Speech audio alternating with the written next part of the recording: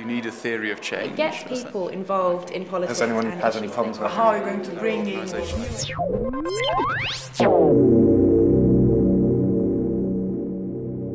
What I'm firstly going to make a couple of kind of general points and then look at a couple of case studies.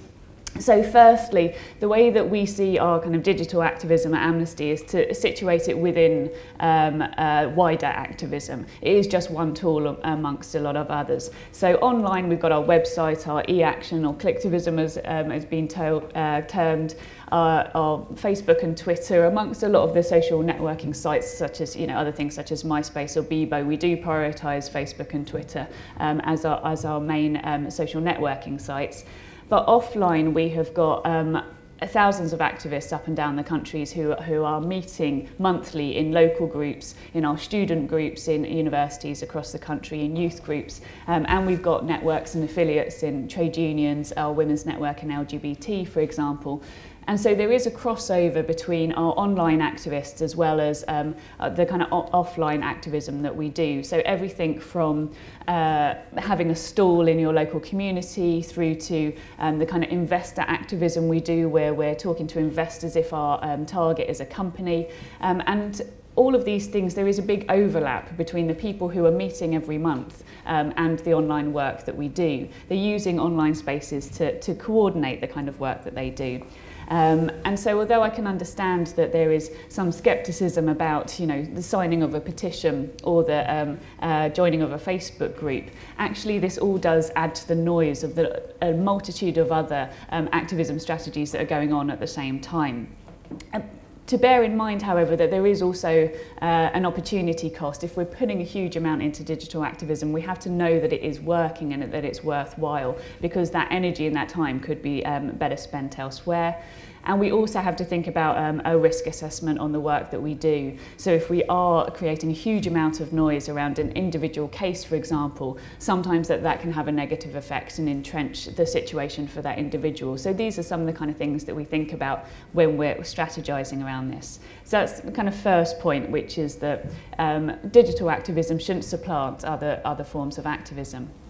And the second one is about seeing activism as being more than just Facebook and Twitter. Again, people can become very dismissive of liking something on Facebook or joining a group, but in fact there's a huge amount of digital tools out there as well as those ones that can be used. And one of the ones I'm just showcasing here is Eyes on Nigeria, which has just been launched this weekend by our US section, who's working together with the American Academy for the Advancement of Science. And what they've done is use digital satellite imagery to map out human rights abuses happening in the Niger Delta.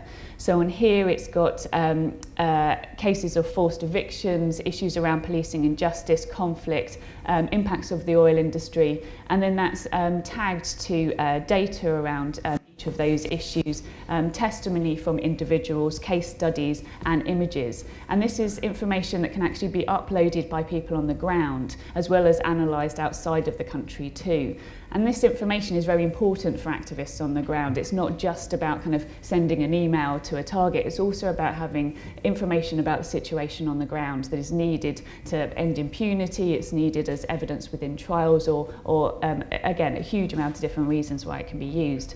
And likewise to look out for as well Map Kibera, which is a activity of citizen mapping and citizen media. So Kibera is one of the biggest slums in sub-Saharan Africa. If you look on Google Maps, it's completely blank space, whereas in fact 1 million people live there. And what Map Kibera does is to map out where the infrastructure is, where toilet and sanitation is, where medical stations are, as a way, because that information is a way for them then to use it to lobby local authorities for better provision of services.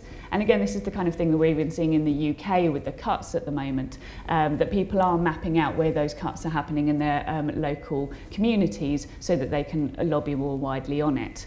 And likewise, Ushahidi as well, which is another kind of initiative that came out of Nairobi in Kenya. It was set up after the political violence after the elections in 2008. And this was a way of, again, citizens uploading the information of what was going on the ground and it being mapped on the website. And from that one incident, it's now being used across the world in lots of different projects, mostly in disasters and emergency situations, where people are able to upload this information. And it's become a vital source of information for journalists, for reporters, but also for relief workers as well.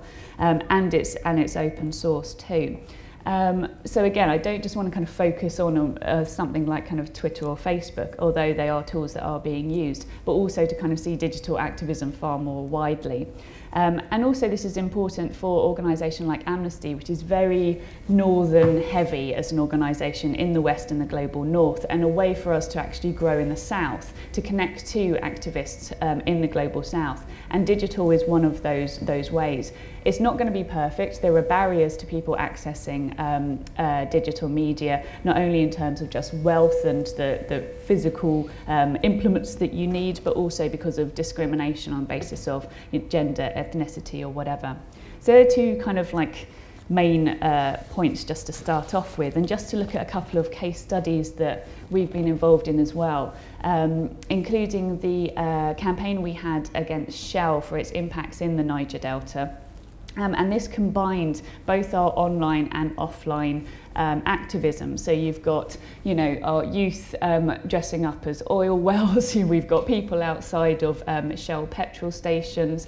We've got people who were taking part in the Hell Station action as well, where they were covering up the S on Shell stations and posting a picture of that. And then we collated all of this together into a Google map to demonstrate the collection of activity that was happening across the country by our activists and individual activists as well. I know that although this was an initiative that started off in the UK, it got taken up by a lot of our European colleagues in the US. People obviously went on holiday and started doing this outside Shell stations as well, so it ended up in lots of random places as well. And it wasn't only to kind of demonstrate the amount of activism going on and showing it back to the activists, but also so that we could collect the actions themselves to hand over to Shell at their AGM last year. We can also use the kind of PR channels of corporates against themselves. So Shell is obviously concerned about its brand and its online presence, and so they did respond to online activism. Over about a year and a half now, what we did was get activists to tweet Shell asking for a web chat about their impacts in the Niger Delta. Shell have got their own web chat platform, Shell Dialogues, which is obviously where they like to go and talk about how great they are as a company. And so we asked that we could actually have a web chat about Nigeria there. Lots of activists tweeted them. They finally got back agreeing to the web chat. So not only did we realise that this was going to be a very controlled environment through their own website, we had a parallel web chat hosted on the Amnesty site, which was far more open for people to constantly respond to the answers that Shell were given, and also to really pick apart some of the data and the details they were giving us. We were also able to invite experts onto our more open parallel web chat, but we also had activists in the Niger Delta who were able to engage with this too.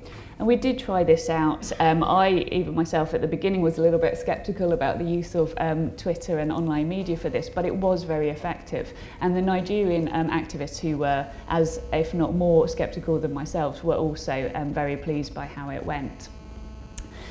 Just quite timely as well, I thought it would be good just a few reflections on the use of digital activism, social media in the Middle East and North Africa at the moment. And I would say, as well as us all knowing that it has been used as an organising and mobilising tool by specific groups within specific countries. I think where it has really shown itself to be of benefit is as a news source. There is an understood risk as well with that about the information that is coming from people on the ground. I think kind of sophisticated users of Twitter know what should be a reliable source or not. And interestingly, it's actually been a lot of journalists, kind of mainstream media reporters on Twitter that people have relied on for their information. But we have got so much information and so much quicker than we would have without the use of Twitter. And also I think it's important to think about how the dynamic of having social media and the media has had an impact on these uprisings themselves. Somewhere like Egypt, which had a media hub there already, lots of reporters already on the ground. The impact of the media spotlight on Egypt is certainly different from somewhere like Bahrain, where there hasn't been that kind of access for the media. And so there is a role, even if people are not actually sending an email to whatever authority you would during a revolution in order to protect human rights, for example, there is a role that we can play as spectators on this, as witnesses to what is happening and how that can change the dynamic within the countries themselves as well. So just some kind of final thoughts. As I said, we can't always be activists, we can't always take part in the social movements that are happening overseas. They are very much owned by the activists on the ground, but we can be the eyes to a lot of these movements, and we have a role to play in that, to sometimes just to add to the noise. Also, people aren't stupid, and so when online action very obviously is not having an impact, I think people are reflecting on that as well. So it isn't just about kind of liking something on Facebook and thinking that you've done your bit for the world. I think people are being confronted, if they are avid social media users, by the critiques of social media as well. And so I think people are reflective of that, and certainly campaigning organisations do respond to that too. So I would kind of encourage scepticism rather than cynicism on this, and also an acknowledgement of how networks do change over time. But there are a lot of ways that social media and digital activism can be particularly helpful for people in marginalised groups, in marginalised countries. And so I think we do have a role to play, certainly within this country and throughout the West, to find how we can give the tools to these activists so that we can connect to them better digitally. So I didn't even go into free speech and a restriction on online freedom of expression, but that would just have led to another plug for the libel reform campaign, which hopefully you all know about. Hopefully that will come up during the discussion as well. So thank you very much, and that's how you can get into contact with me.